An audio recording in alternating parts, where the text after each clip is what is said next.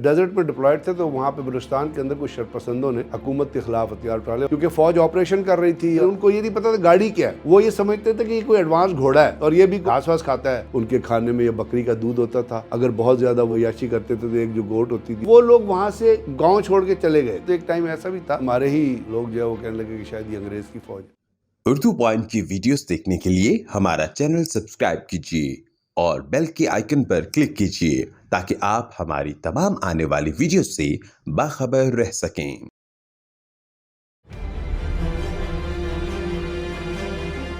ایک دفعہ بڑے انٹرسٹنگ چیزیں آتی ہیں آپ کی سروس میں، بہت ساری چیزوں کو آپ کو پریکٹیکلی جب آپ فیلڈ میں ہوتے ہیں تو بہت سارے لوگوں سے آپ کا سامنا ہوتا ہے، ان کو ملتے ہیں اور بہت مخصوص حالات ہوتے ہیں جن میں ملتے ہیں۔ تو ایک ٹائم ایسا بھی تھا جب ہمیں ہی لوگ، ہمارے ہی لوگ جو ہے وہ کہنے لگے کہ شاید یہ انگریز کی فوج ہے، اور وہ بڑا انٹرسٹنگ چیز ہے۔ یہ بلوچستان کا واقعہ ہے جو میں بلوچستان میں پوسٹڈ تھا۔ اصل میں جب میں نے کمیشن لیا تو میری یونٹ جو تھی وہ ڈیزرٹ میں ڈپلائڈ تھی، چھور، فضل بمبرو، دھورو نارو، اس طرح 35 آزاد کشمیر ریجمنٹ تھی انفینٹری کی، جس میں میں نے کمیشن لیا۔ میں نے انفینٹری جوائن کی۔ انفینٹری جو ہے وہ پیدل فوج ہے جو پیدل چلتی ہے، پیدل چل کے اپنا ڈیفنس دیتی ہے، مختلف جو اٹیک کرتی ہے۔ تو ہم 33 ڈویژن کا حصہ تھے، تو میری یونٹ جو تھی ڈیزرٹ میں تھی، تو وہاں پہ بلوچستان کے اندر کچھ شرپسندوں نے حکومت کے خلاف ہتھیار اٹھا لے۔ اکبر بگٹی کی گورنمنٹ تھی، غالباً بھٹو صاحب تھے جو پیپلز پارٹی کی حکومت تھی، انہوں نے اکبر بگٹی کی گورنمنٹ ختم کی۔ تو اس کے بعد پھر بلوچستان کے اندر انسرجنسی شروع ہو گئی، یعنی بہت سارے لوگ تھے جو بھاگ کے پاکستان سے افغانستان چلے گئے۔ تو ہماری یونٹ پورا ڈویژن موو کر گیا بلوچستان کے اندر، اور ہم پہلے یہ اگر آپ جائے قلات، سراب، سورو، خزدر، اس ایکسس پہ ڈپلائے تھے۔ یہ مینگل علاقہ ہے، اور اس کے بعد پھر ہم وہاں سے ہم ڈیٹیچ وہ نکالے گئے، تو پھر ہم وہاں سے ہمیں تبدیل کیا گیا۔ تو لورلائی، کولو، ماون، ڈیرہ بگٹی، فاضل، یہ مری، زنگی، ٹھنگیانی، ان کا علاقہ، ہم یہاں پہ آ گئے۔ تو اس کے درمیان ہی کیونکہ فوج آپریشن کر رہی تھی، اور آپریشن جو تھے وہ وہاں پہ بنیادی طور پہ ان کا تصور اور ان کا یہ ایم یہ ہوتا تھا کہ لوگوں کو مین اسٹریم میں دھارے میں لے کے جایا جائے۔ کوشش یہ کی جاتی تھی کہ جو کولیٹرل جو فزیکل ڈیمیج ہے، یعنی انسانوں کی جان کا ضیاع کم سے کم ہو۔ لوگ جو تھے وہ جب ان کو غالباً کنوے کیا گیا تھا، اب یہ میں بیک ڈراپ میں آپ سے بات کر رہا ہوں اپنی امیجینیشن کے حساب سے، جب اس واقعے کی طرف ہم ریلیٹ کرتے ہیں اس کو ایونٹ سے، کہ ان کو بتایا گیا ہوگا کہ جی وہ لوگ بلوچستان کے اندر نا کوئی پرماننٹ ریزیڈنٹس برباد، ایک ولیج ٹائپ کا سچویشن کم ہوتی ہے۔ ہمارے ہاں جو پنجاب میں جو گاؤں کا کانسیپٹ ہے نا، وہ اس زمانے میں کم تھا۔ وہاں پہ چند لوگ جھگیاں بنا کے وہ ایک جگہ پہ رہا کرتے تھے، اور وہی ان کی رہنے کی جگہ ہوتی تھی۔ وہاں پہ ان کے مویشی بھی ہوتے تھے، ان کا زیادہ تر یہاں پہ بکریاں اور بکرے وغیرہ یہ چیزیں ہوتی تھی، اور وہی ان کی لیونگ ہوتی تھی۔ اور جب وہ ان کا مرضی ہوتا تھا وہ اس ہٹ کو، وہ اس کو چھپڑ کو ہٹاتے تھے، جا کے کسی اور جگہ بیٹھ جایا کرتے تھے۔ سیٹلڈ ولیجز کم ہوتے تھے، تو وہ لوگ غالباً وہاں پہ جب آپریشن ہوتا تو ان کا فوج تھی، تو لوگ اپنے آپ کو مویشی وغیرہ لے کے وہ چلے گئے پہاڑوں کے درمیان جو جگہ ہوتی ہے، ڈیفائز جو ہوتے ہیں، جو ہماری ٹیکنیکل ٹرم میں کہتے ہیں۔ تو فوج نے ان سے رابطہ، ان کو گھیرا، ان کو لے کے آئے۔ تو جب وہ لے کے آ رہے تھے تو وہ جو یونٹ تھی اس نے وہاں پہ رمضان کا مہینہ تھا، تو دے اسٹاپڈ این روٹ، اور وہاں پہ انہوں نے رفتاری، جیسے ہمارے فوج جب یونٹ کوئی جاتی ہے تو اپنے ساتھ، اگر پوری یونٹ جا رہی ہے تو وہ یا کمپنی جا رہی ہے تو اپنے ساتھ کوکنگ کا ڈرائی ریشنز وغیرہ لے کے جاتے ہیں تاکہ اگر ضرورت پڑے تو اس کو بلا سکے۔ تو وہ لوگ رکے وہاں پہ، انہوں نے اپنے کھانا شانا کیا، افطاری جنہوں نے روزے رکھتی، وہ اس کے بعد ایک شخص نے نماز دی تو دے ور آفرنگ نماز۔ وہ ہی سیٹ کی تھی، ہمیں تو یہ بتایا گیا تھا ہمارے سرداروں کی طرف سے یا بڑے نوٹیبلز کی طرف سے یا لوگوں کی طرف سے کہ جی یہ تو یہاں پہ تو انگریز کی فوج آئے گی، وہ آپ کو اٹھا کے لے جائے گی اور آپ کی عورتوں کی انسلٹ کرے گی، بچوں کو مارے پیٹے گی، اس طرح کر کے یہ سٹوریز۔ تو ہم تو اس لیے جا کے پہاڑوں پہ چلے گئے تھے، ہمیں تو نہیں پتا تھا۔ پھر ان کو بتایا گیا کہ جی کیا ہے یونٹ، کیونکہ بلوچستان میں اب شاید کچھ ایجوکیشن لیول اور بہتر ہو گیا ہے۔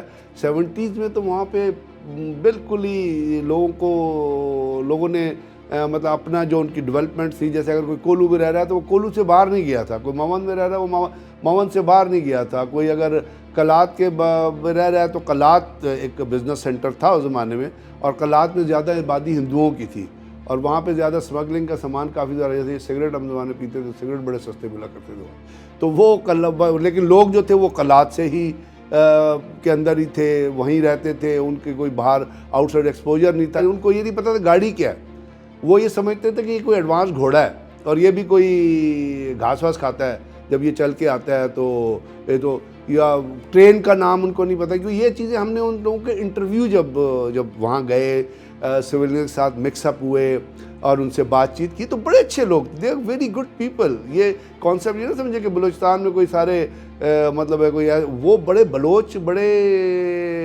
اپروچیبل اور بڑے فرینڈلی لوگ ہیں. جب کولو ہم گئے تو ماون تک سڑک کوئی نہیں جاتی تھی، تو بعض چیزوں کو بعض ٹرپس کو ان کو بائی ہیلی کاپٹر وہاں پہ جو ہے اتارا گیا. اور جب ہم وہاں پہ گئے باون میں، ہم پیدل چل کے گئے تھے، پھر اس کے بعد ایک ٹریک ڈیولپ ہوا تو اس پہ گاڑیاں آئیں، تو لوگ جو تھے وہاں چھوٹا سا گاؤں تھا، اس کے اندر میرا خیال کوئی 20 یا 30 قسم گھر تھے ماون پراپر میں.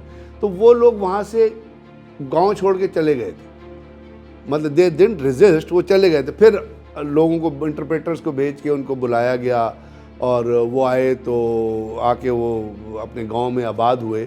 تو جب وہاں پہ وہ آباد ہوئے، ان سے بات چیت ہوتی تھی، تو ایک دن ایک وہاں کا ان کا وڈیرا تھا، وہ کہنے لگا کہ جی ہمارے ہاں تو یہ مطلب وہ اس نے بتایا کہ اگر ہمارا سردار آسمان کی طرف رائفل کر کے فائر کرے تو بارش ہو جاتی. تو کسی دن کلاؤڈی موسم ہوگا، سردار نے فائر کر دیا ہوگا، بارش ہو گئی ہوگی، تو لوگوں کے ذہن میں یہ بیٹھ گیا.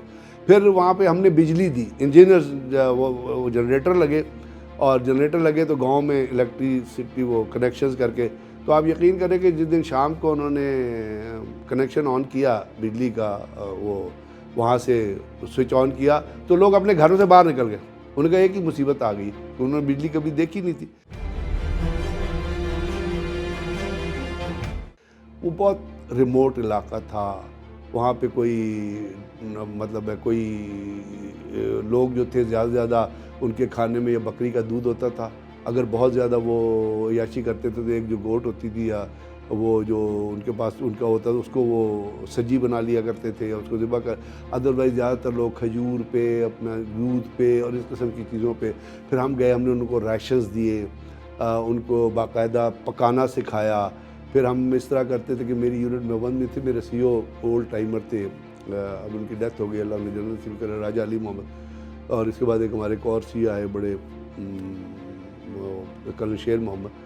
تو وہ 19 یہ جو 65 کی وار بھی لڑی تھی، پھر وہ انفلٹر اپنا کمانڈوز بھی رہے تھے. تو انہوں نے، ہم نے کہا کہ جی ان کو، ہم نے کہا ان کو تھوڑے اپنے ساتھ انوالو کرتے. تو ہم انہیں اپنے میس میں کھانے پہ بلایا کرتے. تو اس طرح ہم نے انہیں کہا کہ جی آپ بھی ہمیں کھانے پہ بلائیں. وی وانٹ ٹو انکلکیٹ، ان کے ساتھ انٹریکٹ کرنا چاہتے تھے. اتنی انڈرسٹینڈنگ ان سے ڈیولپ ہو گئی لوکل سے کہ وہ وہاں پہ کوئی کسی قسم کی انسرجنسی کا، کسی قسم کی آپریشنز کا، کسی قسم کی کوئی فائرنگ کا کوئی کانسیپٹ نہیں تھا. کولو پیسفل تھا، ماون پیسفل تھا، ڈیرہ چند ایلیمنٹس تھے جو فورن اسپانسرڈ تھے. جو وہاں آپریشنز ہوتے تھے نا، ان کا مقصد فزیکل ٹارگیٹنگ بالکل نہیں تھا. یہ یاد رکھیے گا میری بات. یعنی یہ نہیں تھا کہ آپ نے لوکلز کو ٹارگیٹ کرنا ہے. لوکل یہ ہوتا تھا کہ چونکہ جیسے میں نے آپ سے عرض کیا کہ لوگ پہاڑوں میں چلے گئے، تو وہاں پہ ایک ٹرم استعمال ہوتی تھی، پہاڑوں پہ چلے گئے. یعنی وہ اپنی ڈیولپمنٹ جہاں وہ رہ رہے تھے وہ چھوڑ کے وہ ریموٹ، تو وہاں سے ان کو لا کے مین اسٹریم میں لانا ہوتا تھا. یہ مقصد تھا. فوج نے کوئی آپریشن ایسا نہیں کیا جس میں اس نے، یعنی میں آپ کو ایک فائنل آپریشن کا بتاتا ہوں جو جس کو جاننا، جس سے آپ اندازہ لگا لیں گے کہ کیا آرمی نے کس پیسفل طریقے سے اس 2.5 سال میں اپنی کیجویلٹیز برداشت کر کے، یعنی اپنی کیجویلٹیز برداشت کر کے اتنی ٹالریشن کی کہ لوگوں کو ٹارگٹ کبھی نہیں کیا. کسی کے گولی اس طرح نہیں ماری کہ اس کی جان چلی جائے. بہت اگر آپ کو کرنا پڑا تو آپ نے ڈاؤن ٹو دی ایم لے کے فائر کیا تاکہ انسان کو نقصان نہ ہو اور آپ اس کو پکڑ کے اور اس کو سمجھا سکیں. ایک فائنل جو آپریشن ہوا تھا وہ شمالانگ رینج میں ہوا تھا. شمالانگ وہ جگہ ہے جہاں پہ آج کل آپ کا کوئلہ نکل رہا ہے اور بڑی اکنامک کتنی ایکٹیویٹی چل رہی ہے. تو وہاں پہ یہ آپریشن ہوا تھا. اس میں تقریباً 33 ڈویژن کا وہ آپریشن تھا. اس میں کوئی میرا خیال اسکاؤٹس کو شامل کر کے کوئی 8-10 یونٹس تھی. اور انہوں نے اس طرح کیا تھا کہ یہ جو چند لوگ تھے جس میں لیڈنگ ایک علی گل ٹھگیانی جو مجھے بھی نام یاد آ رہے ہیں, غلام رسول زنگی اور اس طرح کے لوگ تھے جو اپنے اپنے ٹرائبس کے چند جب چند ایلیمنٹس کو لیڈ کر رہے تھے.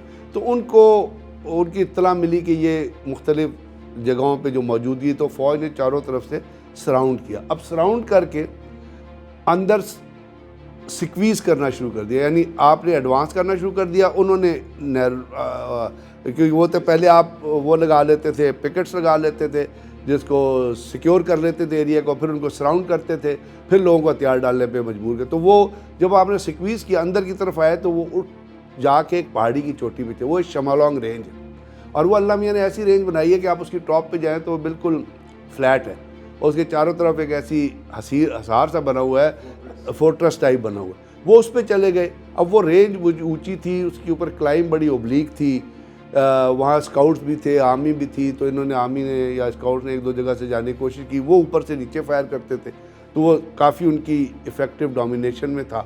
تو یہ کوئی 15-20 دن تک, اب مجھے ذہن سے نکل گیا, لیکن تقریباً 20 دن تک وہ میرے خیال میں وہ حصار جاری رہا. وہ اس کو سراؤنڈ کر کے رکھا. پھر ایک پی ایف نے فلائٹ پاتھ کیا. انہوں نے they didn't fire at all. میرا وہ مجھے وہی. تو اس کے بعد پھر انہوں نے 20 دن بعد انہوں نے جھنڈے کھڑے کر دیے, وائٹ فلیگز انہوں نے ریز کیے. پھر وہ نیچے آ گئے, ان کو پکڑا گیا, ان کو کولو لے کے گئے. پھر وہاں پہ ایک ویپن لیئنگ سیریمنی ہوئی, ہتھیار, جس میں ذوالفقار علی بھٹو صاحب تشریف لے گئے تھے اور ڈسٹرکٹ ساری سول ایڈمنسٹریشن تھی.